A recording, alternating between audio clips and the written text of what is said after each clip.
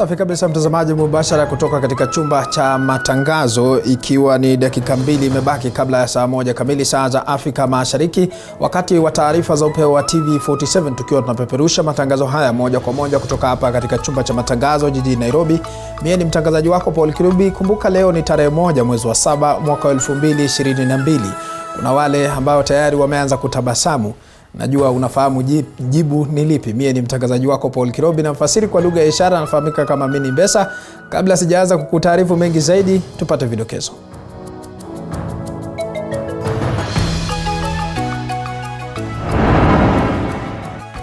Muungano wa Kenya Kwanza wadai kulikuwa na njama ya kuhakikisha manifesto yao haijasikilizwa jana. Wale wengine kazi yao ni kuning'inia koti la Rais Uhuru Kenyatta, wakifikiria Uhuru Kenyatta atawasaidia.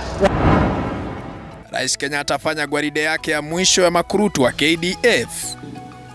Your pass out elevates you into a place of esteem in our society.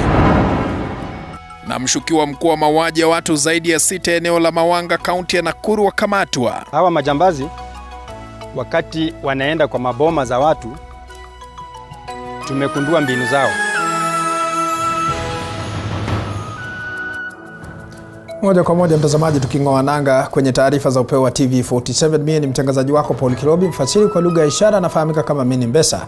Maafisa wa polisi wamemkamata mshukiwa mkuu wa mauaji katika eneo la Mawanga katika kaunti ya Nakuru. Inaaminika Evans Mishori Kebwaro amekuwa mafichoni katika eneo la Keroka katika kaunti ya Kisii. Aidha, wandani wake 5 wamepatikana na kukamatwa. Chichi Josephine anatufungulia jamvi.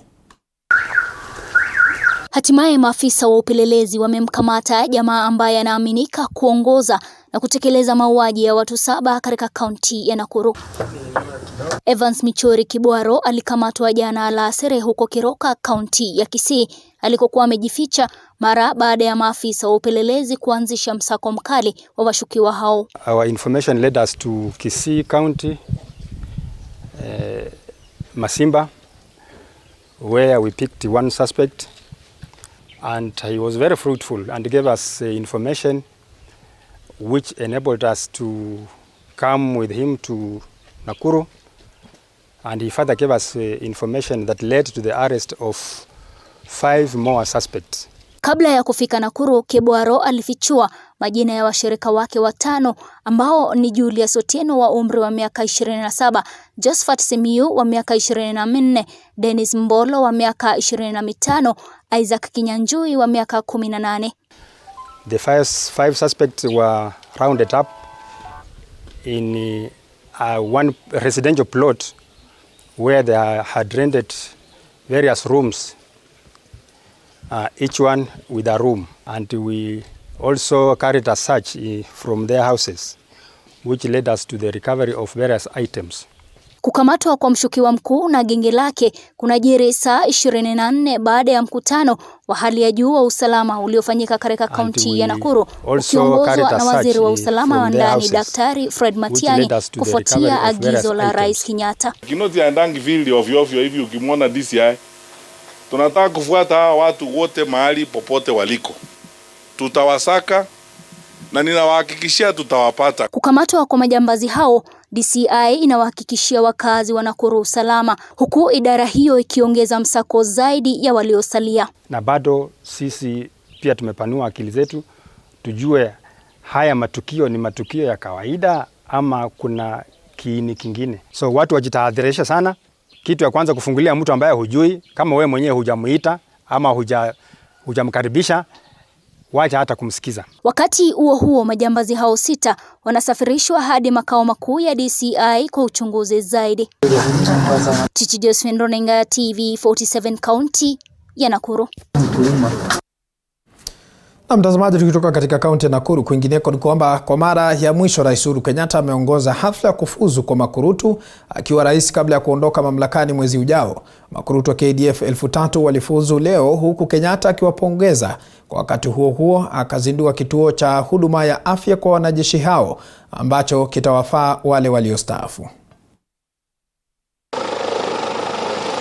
Ni gwaride ya mwisho kwa Rais Uhuru Kenyatta kwa makurutu wa hapa Eldoret.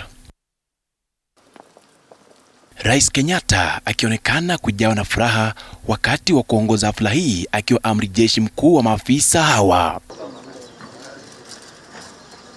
Na aliposimama kuzungumza, maneno yake ni yaliyojawa na sifa kwa wanajeshi hawa.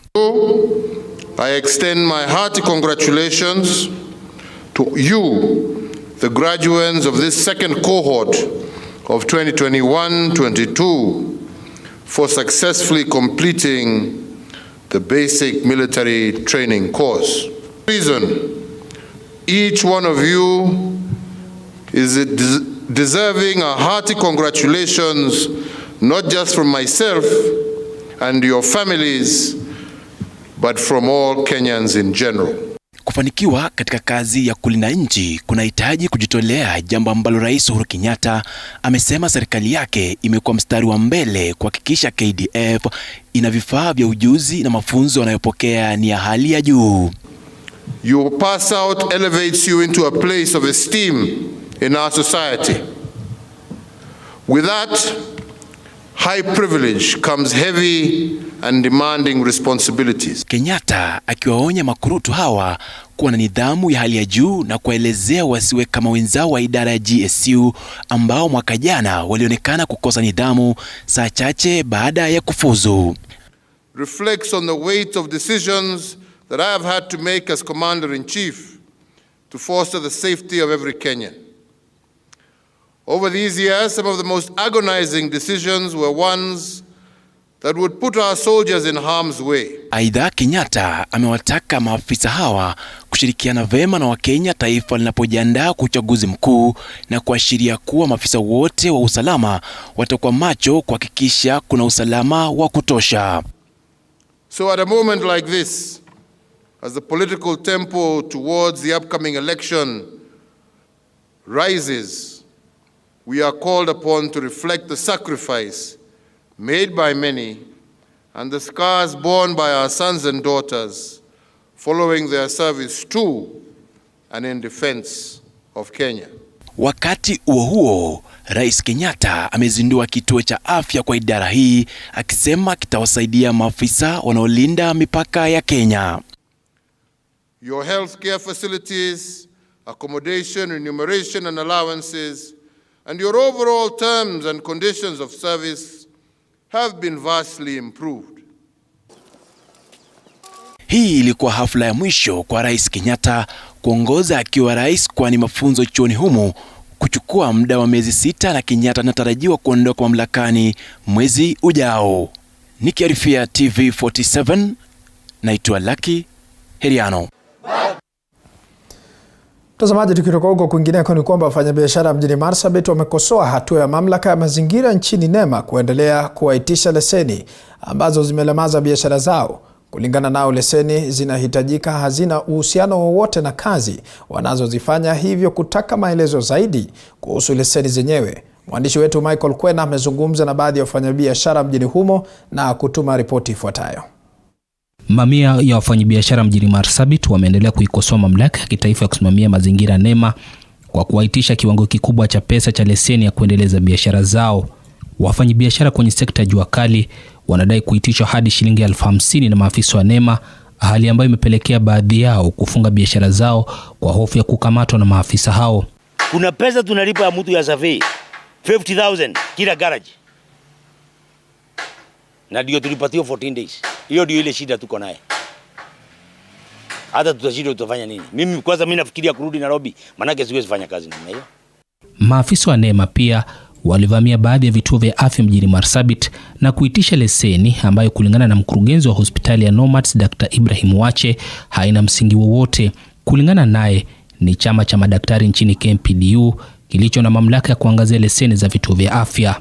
NEMA license was not part of the regulation which were given by the board and it was not part of the requirement. Mwakilishi wa hudumu wa vituo vya mafuta mjini Marsabit, Sharif Nasir, amewataka maafisa wa NEMA kuwashirikisha wafanyikazi wote ili kuelewa masharti hayo mapya ili kuzuia uhasama baina yao. Kama kuna vitu serikali inahitaji, sisi wafanyikazi si wahalifu. Tuko tayari kufanya kazi na serikali na idara husika. Tunaomba wakuje watueleze tunataka jambo fulani tushirikiane tuweze kufanya ile jambo wanahitaji. Mratibu wa NEMA hapa Marsabit Vincent Ochieng ameeleza kwamba maafisa wake watawakamatwa wasiotimiza vigezo hitajika. Most projects being done handled by these two agencies, the national government and the county, are not compliant. And when we do our inspections, we won't discriminate. National government, if you're not compliant, you'll also be arrested and taken to court.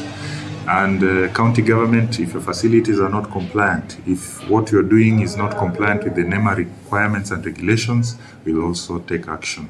NEMA inawahitaji wafanyabiashara kuwa na ripoti ya utathmini wa mazingira, ripoti ya ukaguzi wa mazingira kila mwaka, leseni ya NEMA pamoja na mfumo wa taka. Wafanyabiashara hapa Marsabit sasa wanalalamikia hatua ya shirika la NEMA kuweka vigezo ambavyo vinahitaji kuwa na stakabadhi muhimu ambazo hawezi kumudu. Michael Kwena, TV47, kaunti ya Marsabit. Na mtazamaji, tukiachana na hayo, kwingineko ni kwamba serikali hii leo imedokeza kuwa gharama ya juu ya maisha ambayo inashuhudiwa nchini inatokana na ujio wa corona pamoja na vita vya Urusi na Ukraine, na kwamba serikali inaweka mikakati kabambe kukabili janga hili. Msemaji wa serikali Cyrus Ungana aidha amedokeza kuwa serikali imeondoa baadhi ya kodi kwa bidhaa kadhaa ili bei ya chakula ipungue. Cheptoboit anatuarifu mingi zaidi. Siku mbili baada ya Wizara ya Kilimo kiongozwa na Waziri Peter Munya kusema kuwa serikali imeweka mikakati ya kushukisha bei ya unga wa ugali kwa kuondoa ushuru, swala ambalo lilipingwa na wasagaji wa unga wakisema kuondolewa kwa ushuru kungeondoa shilingi 2 pekee. Sasa msemaji wa serikali Cyrus Ungana ameendelea kutetea serikali hii leo. So when there is sufficient maize in the country, certainly the prices will come down. I cannot tell you that it will go down by 10 shillings, but certainly it will be where any Kenyan cannot be able to afford. But right now what you're seeing is because of the anticipated shortage that has been brought about largely, like I said, by farmers who are actually holding the maize. Kulingana na Ungana, hali hii imetokana na ujio wa corona, ukame uliokithiri kwa muda mrefu uliopatana na uharibifu wa mimea kutokana na nzige, vita vya Urusi na Ukraine na thamani ya sarafu kwa dola kudidimia. Since we are largely an import nation, that most of our consumer products come from outside, including materials.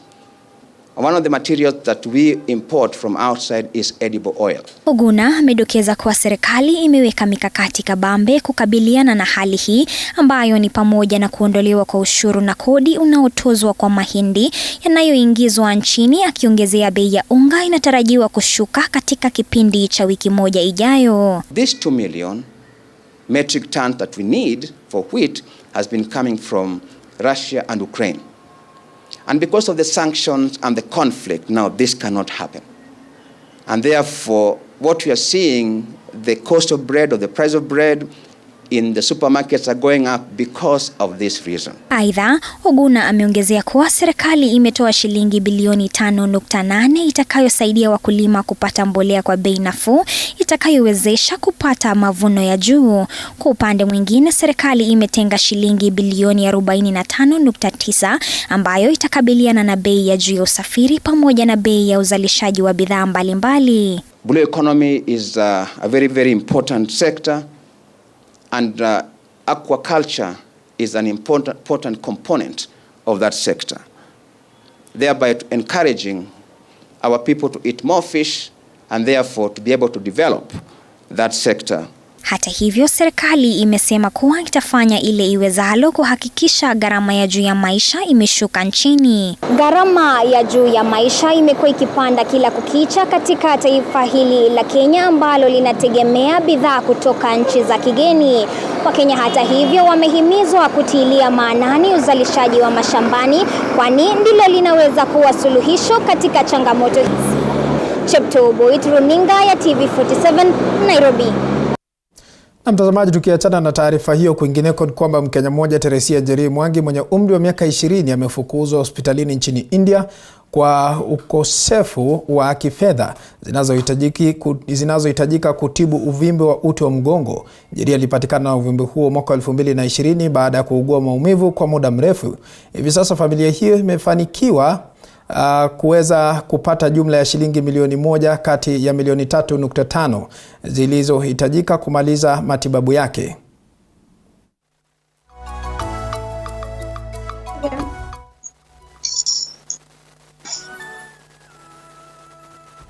About 6 months the case reoccurred.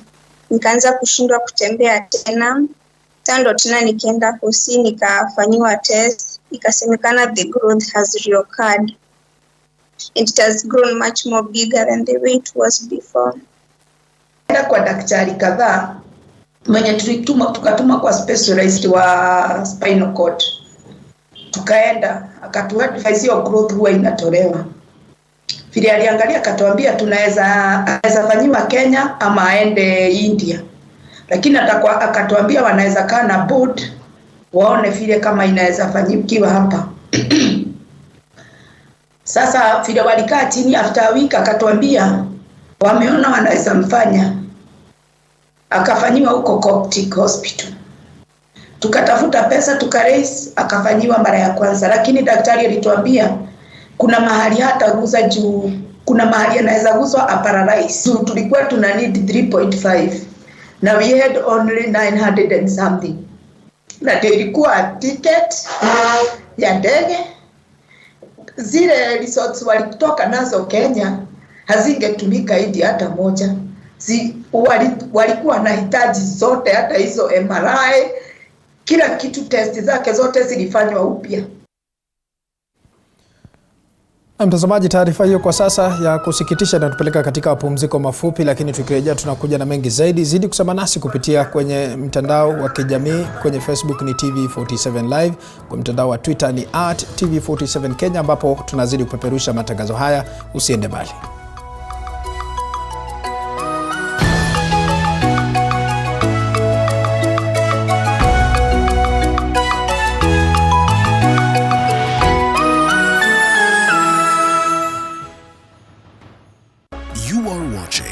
TV47, the home of untold stories.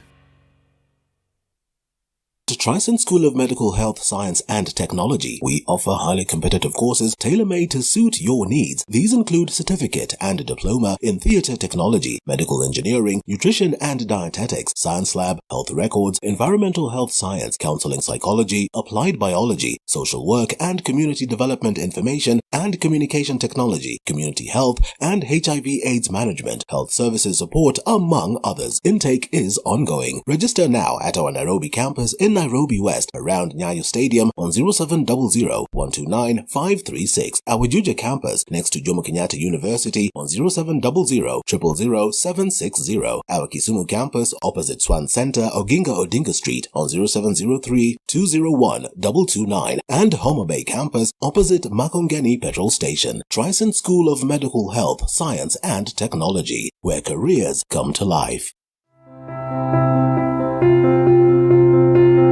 Bismillahir Rahmanir Rahim. As religious leaders, we should preach messages of peace, cohesion, humanity, and brotherhood as we play a key role in uniting all Kenyans. We must call our congregants, who include the political leaders, to adopt zero tolerance against all negative messages. There is a threat of increased cases of violence in the country. Let us strongly preach about love among our neighbors. Let us love one another as we are one nation. God bless our beloved country, Kenya.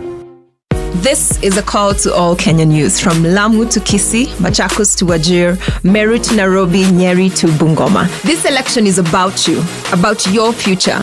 Wacha kukaa kwa sidelines as others decide your future. If you had a chance with the presidential candidates, what would you ask them to do on behalf of the youth? Ningeomba president mwenye atapita angalie wale wananchi wa chini sana. I would like them to lower the prices of the things so that we can be able to survive here in campuses. Tupe makazi, atusaidie tujiinue pia vile walijiinua. We would also want someday to be where they are. So the students end up being so stressed, others end up getting those people whom we call sponsors, and we cannot blame them. Join us on Zinduka this Saturday, 2nd July from 8 to 9 p.m. as we have the first ever National Youth Dialogue on Election. Usiyakubalie maumivu ya misuli kukatiza ratiba yako. Kaluma Pain Balm ni dawa ya kusugua iliyotengenezwa kutoka kwa miche maalum ili kutuliza maumivu ya misuli. Kaluma Pain Balm.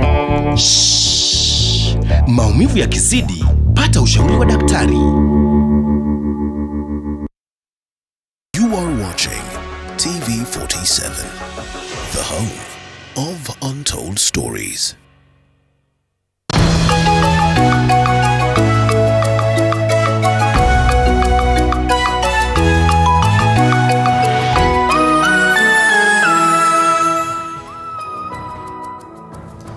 Na mtazamaji, nazidi kuchunguza tu zile arafa ambazo zinaendelea kumiminika katika mtandao wa kijamii kwenye Facebook TV47 Live, ambapo kwa sasa tunapeperusha matangazo haya. Karibu tena kwenye awamu nyingine ya kipindi ama taarifa za upeo wa TV47, na ambapo kwenye taarifa nyingine ni kwamba hali ya sintofahamu imekumba familia ya wanafunzi wawili wa chuo kikuu cha Jomo Kenyatta almaarufu JKUAT wanaosemekana kujitoa uhai baada ya majina yao kukosekana katika orodha ya wanafunzi waliokuwa wanahitimu siku ya Jumanne wiki hii katika chuo hicho. Kuna madai kuwa mtazamaji kidogo kunradhi, kuna madai kwamba wanafunzi hao wawili walikosa baadhi ya matokeo yao ya mitihani na hivyo kuweza kuchukua hatua hiyo ya kujitoa uhai kwa kujinyonga ndani ya vyumba vyao vya malazi nje ya chuo hicho. Kwa upande wake katika chuo kikuu cha JKUAT kimekana madai hayo na kuitaka idara ya polisi kufanya uchunguzi wao haraka iwezekanavyo ili kuweza kubaini kiini cha wawili hao kutojitoa uhai.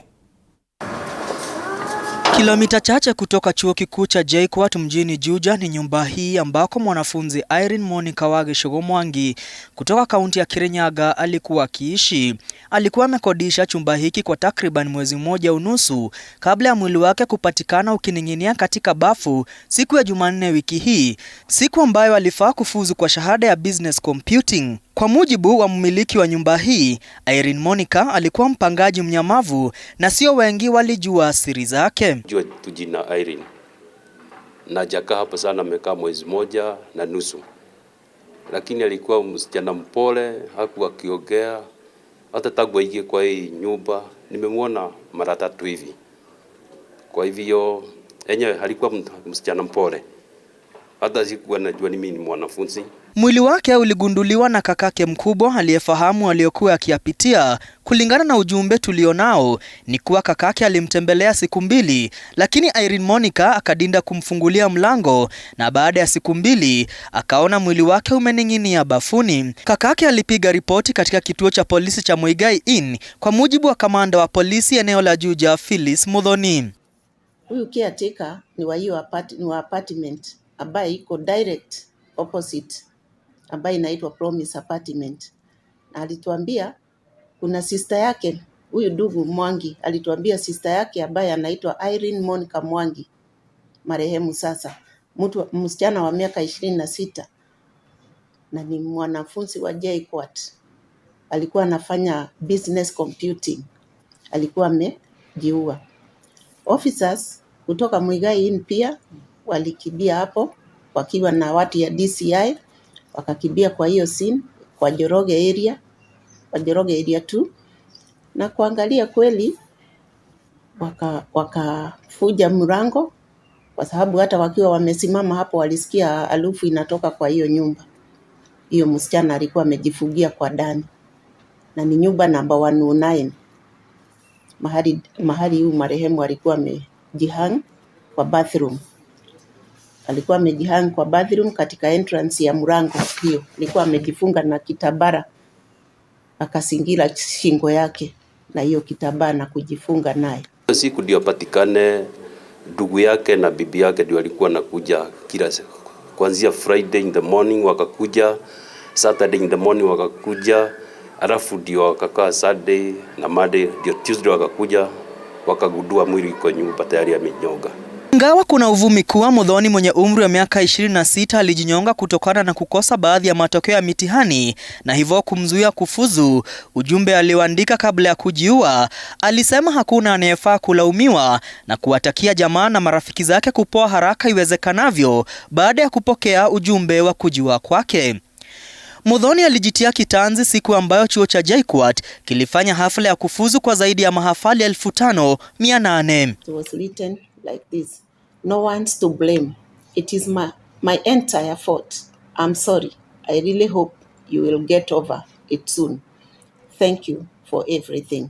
Baadhi ya marafiki wa Muthoni tuliozungumza nao ila hawakutaka kutajwa walisema kuwa Muthoni alikuwa akilalamikia mara kwa mara kuhusiana na kucheleweshwa kwa kufuzu kwake. Aidha, alikuwa anamtaja mhadhiri mmoja aliyedai alikuwa anamhangaisha kwa kudinda kuachilia matokeo yake ya mtihani. Takribani kilomita 1 kutoka eneo ambako Irene Monica alikuwa akiishi ni jumba hili kwa jina Maya. Mwanafunzi mwingine wa kiume kwa jina Leni Jesse Masiga alijua kwa kujitia kitanzi siku ya Jumamosi kwa madai yale yale kuwa chuo cha JKUAT kilimnyima nafasi ya kufuzu.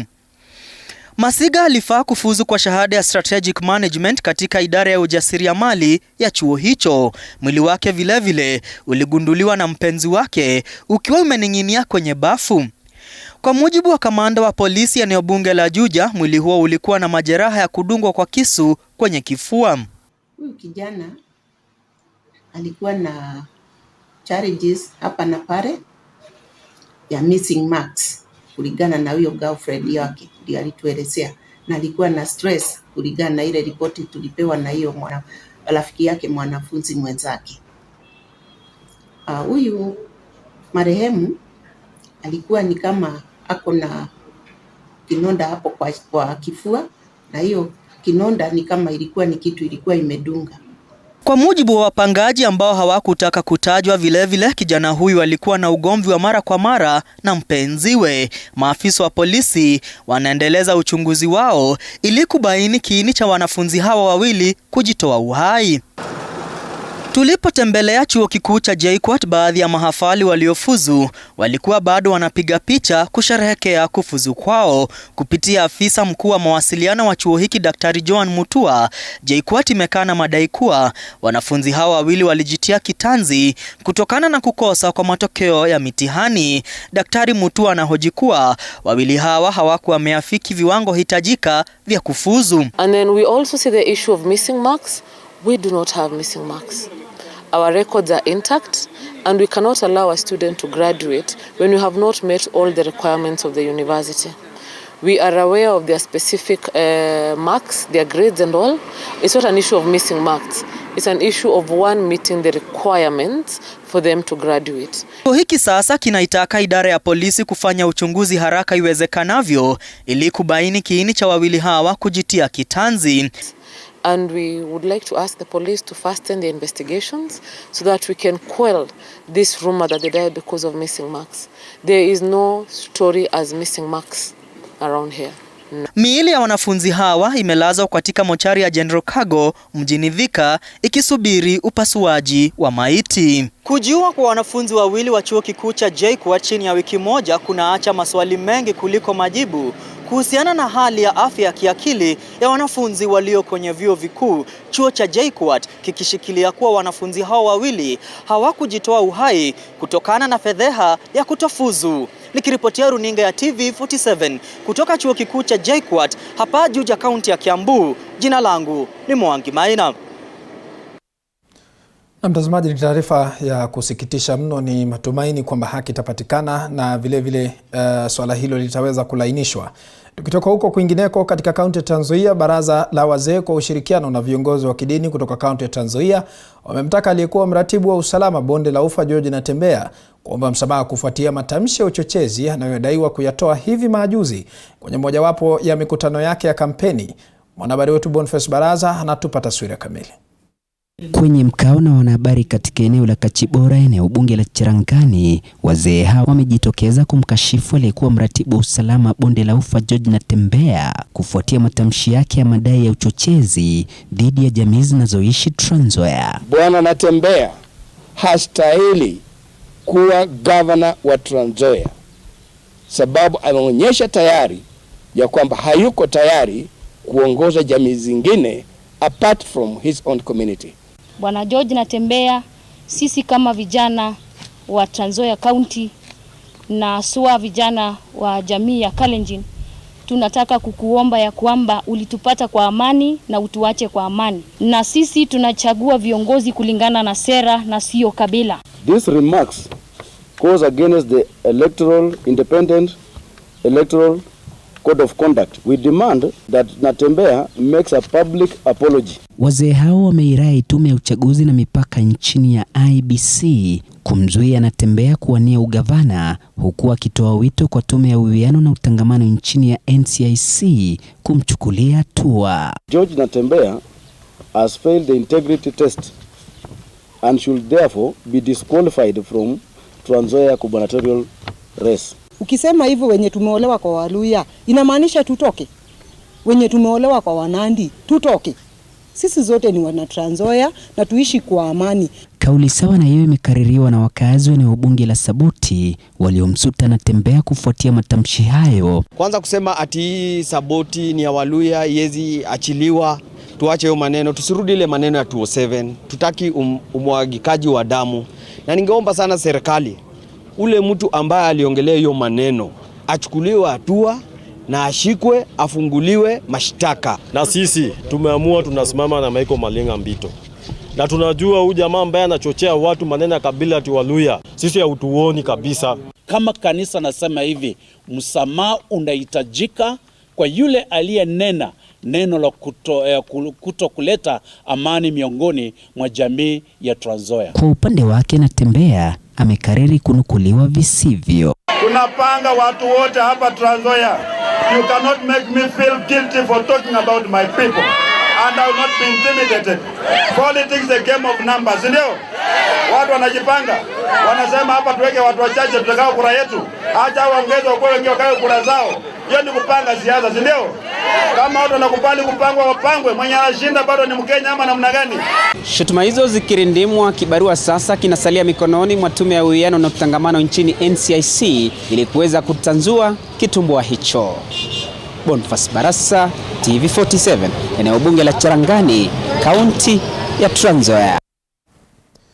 Mtazamaji, tukisalia katika masuala ya siasa, zikisalia siku 38 kabla ya uchaguzi mkuu kufanyika, muungano wa Kenya Kwanza umeweka hema zake katika Mlima Kenya Mashariki, ambapo inaaminika siasa za Kenya Kwanza zimeanza kuyumbayumba. Wakiongozwa na kinara wa muungano huo William Ruto, vigogo hao walioanza siasa zao katika maeneo ya kaunti ya Embu. William Ruto, Rais Uhuru Kenyatta walimlaumu Rais Uhuru Kenyatta kwa kushindwa kudhibiti bei ya unga hapa nchini. Mwandishi wetu Kimotho Karanu yupo katika kaunti hiyo na ameandaa taarifa ifuatayo. Siku moja tu baada ya naibu rais William Ruto kuweka wazi maono yake iwapo atakuwa rais wa Kenya baada ya uchaguzi wa Agosti 9, Ruto ameamua kukita kambi katika Mlima Kenya Mashariki kufuatia tetesi ya kuyumbayumba kwa siasa za kiti cha urais na haswa katika kaunti ya Embu na kaunti ya Meru. Bwana, unajua hawa watu sijui wanaishi Kenya gani? Saa hizi wacha mimi nauliza watu wa Embu. Tumesema lazima tubadilishe uchumi kwanza, ndio tuweze kuzalisha chakula ya kutosha. Tuwapatie mbegu, tuwapatie mbolea, tuzalishe chakula ya kutosha, tuondoe aibu ya njaa. Nitoboe. Tukaonyeshe ya kwamba wameuza port ya Mombasa, bandari ya Mombasa, ya Lamu, ya Kisumu, wameipeana kwa watu kutoka kule Warabuni. Mali yetu inaenda. Kuzidua kwa manifesto yake mgombea wa urais George Wajikoa sawia na manifesto yake William Ruto kumezua mjadala kwamba ilikuwa njia moja ya kuwahadaa wafuasi wa Ruto wa kutomsikiza. Kuna confusion nyingine hapa Mlima Kenya na strongholds za UDA na strongholds za Kenya Kwanza. Please do not be confused. Wale watu tunashindana na hao sio Uhuru Kenyatta na sio watu wengine, tunashindana na mtu mmoja ambaye ni Tinga, kiongozi wa ODM. Ukifanya hiyo uchaguzi Uhuru Kenyatta hatakuwa kwa ballots. Si ni kweli? Sima yeye anafanya mihula miwili. Kwa hivyo yeye lazima aende nyumbani. Si ni kweli? Muungano wa Kenya Kwanza ulioanza siasa zake katika soko ya Kidhimu eneo bunge la Manyata kabla ya kuzuru maeneo mengine ya kaunti ya Embu. Vigogo wa Kenya Kwanza walimtaka Rais Uhuru Kenyatta kutatua mzozo wa bei ya juu ya bidhaa nyingi na haswa bei ya chakula. na niambie Rais Uhuru Kenyatta, bei ya unga lazima upunguze. Uhuru Kenyatta, rais wetu. Wakenya hawezi lala njaa tena. Lazima upunguze bei ya ugali, bei ya unga na bei ya bidhaa zile Wakenya wanatumia. Hata hivyo, Kenya Kwanza inashuhudia kunyimwa usingizi na siasa za muungano wa Azimio katika Mlima Kenya Mashariki, wakimtaka waziri wa kilimo Peter Munya kukoma kupiga siasa na badala yake ahusike kusuluhisha bei ya juu ya chakula hapa nchini. Mimi nataka nieleze CS Munya awache kiburi, na Munya uheshimu wa Kenya. Uliambia wa Kenya umepunguza bei ya fertilizer.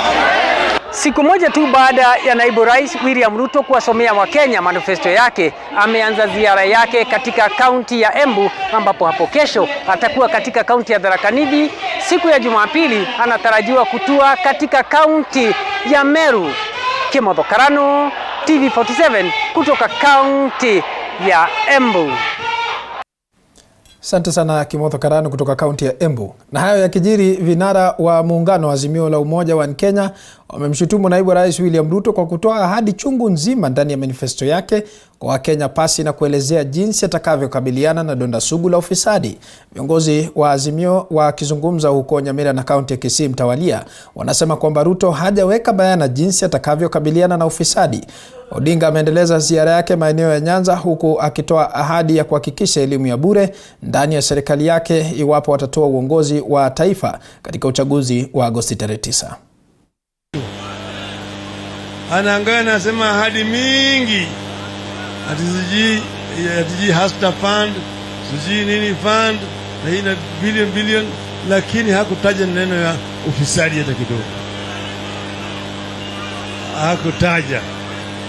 Na vile mnajua Uhuru alisema, na kuna thibitisho ati kila siku wanaiba shilingi bilioni 2 katika taifa letu. Kwa hivyo mwaka moja ni bilioni 700 ambazo zinaenda, na yeye hajasema chochote ambayo atafanya. Kwa hiyo kila mtoto atakuwa na tablet. Wangapi hao watoto wako nazo? Kwa hivyo ahadi ambazo zaweza kuaminika ni zile ambazo ndugu Raila na sisi wenzake tukiungana naye tumezitoa. Message ya jana kwa Omongi na wote wa Kenya, sio wa Kisii peke yake. Hii ni wakati wetu. Baba Raila Amolo Odinga ametukumbuka. Hii kiti amenipatia ya running mate. Sio mimi peke yangu, ni wanawake wa Kenya. Tunaambiwa amkeni, wakati wetu ni sasa. Niwaambie hivi, na nawaomba mkichagua serikali ya baba na mama, uchumi itaimarika. Mkichagua serikali ya baba na mama, bei ya vyakula itaenda chini. So tarehe 9 mtapigia baba kura? Mtafanya namna hiyo? Sasa jana ninamwona kwa runinga anasema ati Kinyakwisha will complete the implementation of the constitution of 2010. Nikasema, yani aibu gani wewe umepinga kitu na unatudanganya? You want to implement it against those who have been fighting for it. Sasa nangependa tu jambo moja nieleze. Jana niliongea na huyu Junet. Najua nilisikiza Ruto akisema atajukua pesa, I don't know why he has a pot of free money, anunue mashamba Kenya apatie wenye hawana ardhi. Sema uliniandikia. Kuna vitu vitatu. Cha kwanza kabisa, hakuna model ya development ati kila mtu lazima akuwe na ardhi. Mtazamaji, ndio kauli ya wanasiasa baada ya muungano wa Kenya Kwanza kupendekeza kuondoa madeni yanayokabili viwanda vya miwa. Wakulima katika kaunti ya Bungoma wameshabikia pendekezo hilo, wakitaja kuwa itakuwa afueni kwao. Hata hivyo, wamesuta wabunge na viongozi kutoka eneo hilo kwa kuchangia pakubwa kuyumbisha kiwanda cha kusaga sukari cha Nzoia, na kutaka serikali itakayochukua usukani kutoingilia utendakazi wa kampuni hiyo. Wanji Sostin anatuarifu mengi zaidi.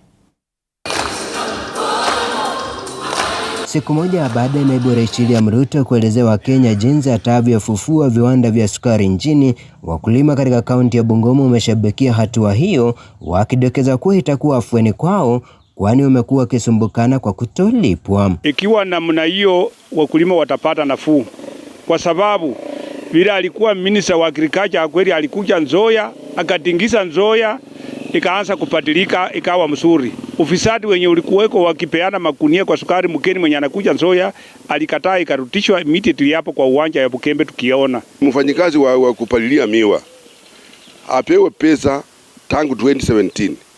Yule anakata miwa anapewa kwa 1 wiki ingine hakuna pesa. Sasa hawa wanatai kutoka 2017 mpaka leo. Mfanyikazi anatai miezi 19. Katika manifesto ya muungano wa Kenya Kwanza, kilimo nchini kilipewa kipaumbele. Kinara wa muungano huo, naibu rais William Ruto, akiahidi kutupilia mbali madeni ya viwanda vya kusaga miwa.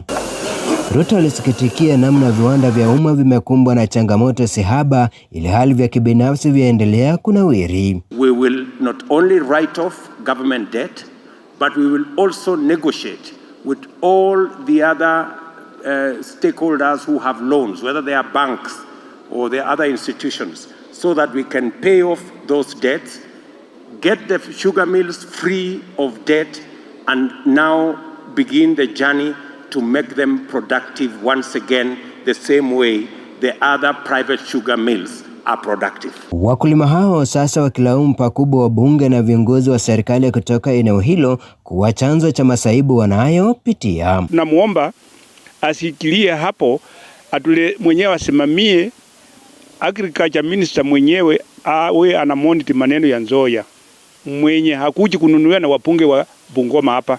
Viongozi wetu wa Bungoma wa bunge ndio wamelet down. Mbunge wa Webuye West Ndani Wanyama ameisuta serikali kwa kuhusika pakubwa katika ufujaji wa fedha za kampuni hiyo. Nyinyi watu ya Azimio ndio muko kwa serikali sahi, kwa sababu Raila na Uhuru ndio wako kwa serikali. Sisi watu ya Tangatanga mlitupiga nini? Kumbo tunaangalianga siku hizi serikali kwa view sasa.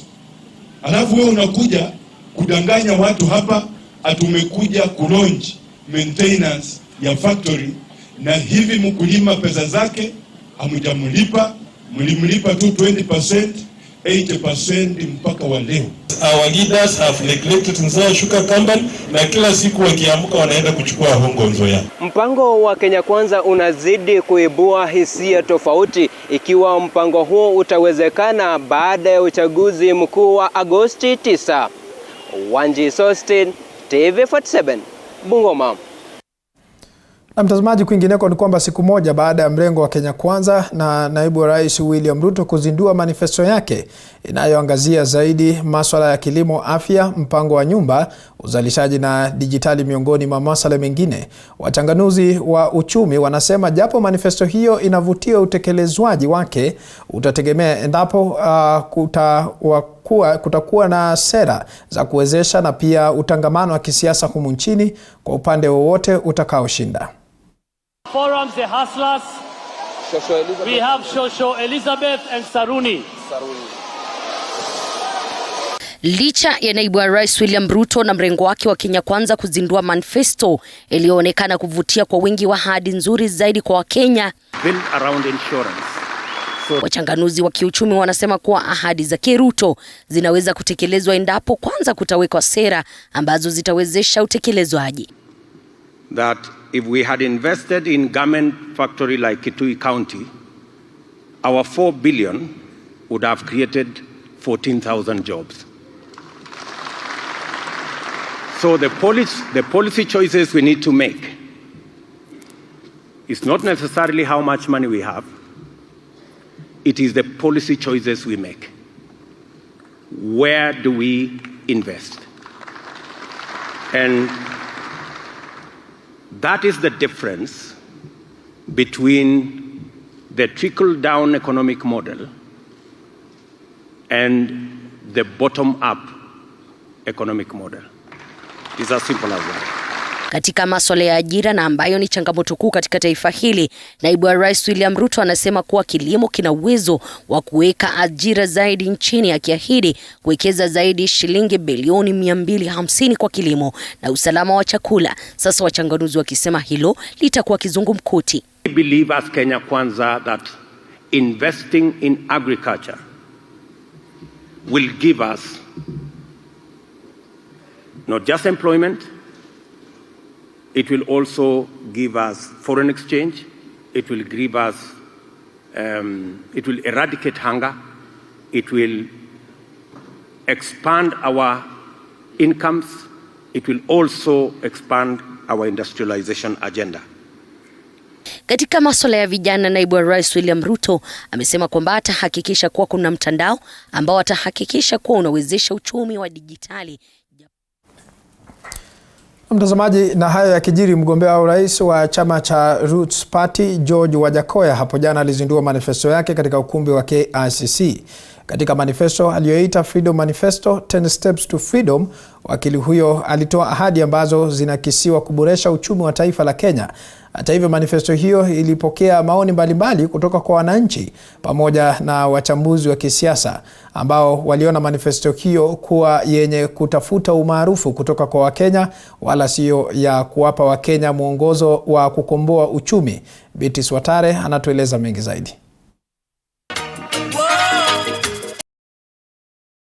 Mbio za urais mwaka 2022 zimechukua mkondo tofauti na kuwa zenye ushindani mkubwa, huku mgombea wa urais George Wajitoa akiangazia ahadi ambazo zimetokea kuwavutia Wakenya. Uhalalishaji wa kilimo cha bangi kwa madhumuni ya matibabu waliosema itapatia Kenya trilioni 9.2 ilipokea maoni tofauti, huku wengine wakidai kuwa ni kiini cha mapato na wengine kusema kwamba ni chanzo cha maafa haswa kwa vijana wa taifa la Kenya. World is hemp country.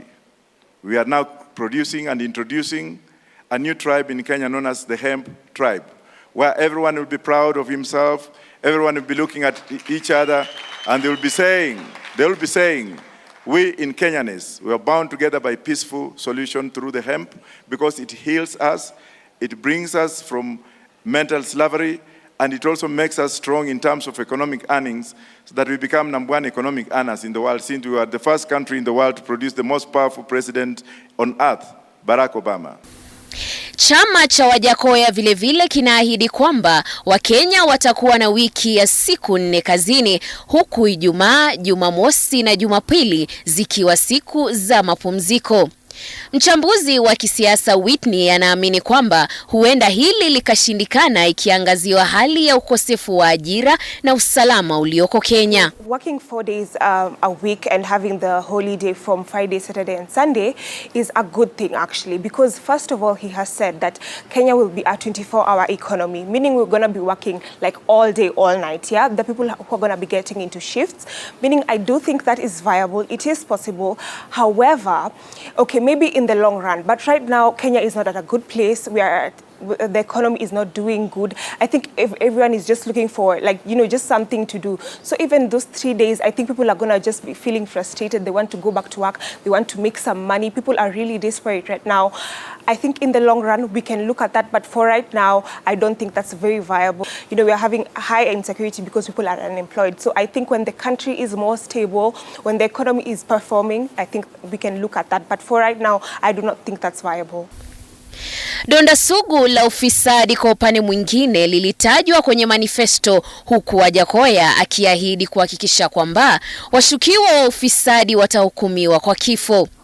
Hili hata hivyo huenda likawa kinyume na desturi zilizoko nchini kama anavyoarifu Whitney. Kenyans are very conservative, so I'm not very sure how they'll feel, if they'll even allow for that to pass, that people will be executed. But I think corruption is a very it's a very important thing in Kenya, and we need to talk about it. However, like, you know, the execution part, I think it's a bit controversial. Not many people would want to get into it. Whitney vilevile aliwaomba vijana kutofurahishwa tu na manifesto na kutumia hicho kama kigezo cha kupiga kura, kwani manifesto ya Wajitoa huenda isitimize matakwa ambayo wananchi wanahitaji kwa sasa. This is populism. It's just to get the masses excited, but at the bottom of it, there's nothing much coming from it. The youth should not just get, you know, in the wave and the euphoria of everything. Let's just go back to basics.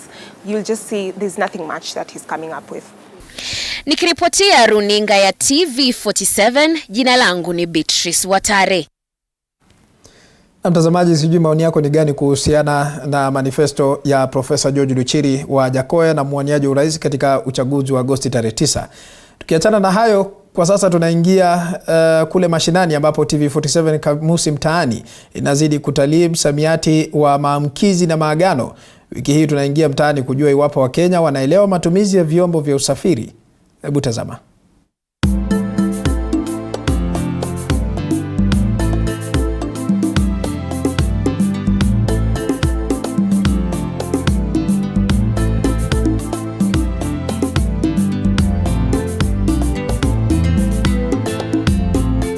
Nahodha ni mwendeshaji wa meli. Nahodha ni mtu wa nauli. Nahodha ni yule mwenye anaendesha anakuwa pande ya meli. Nahodha ni kama captain, yule mwenye anashughulika na mambo ya meli. Tanboy ni yule anasimamia lori. Rubani ni anayeendesha ndege ambazo huko kwenye hewa. Rubani ni mwendesha ndege. Rubani ni wa ndege. Kuri hapo hapana. Okay, kwa venye naelewa, conductor ni mtu mwenye kukusanya pesa, alafu pia ni mtu mwenye anaita watu waingie kwa gari. Saisi kusema kweli sifahamu. Sahisi. Ni wakati huu sahihi.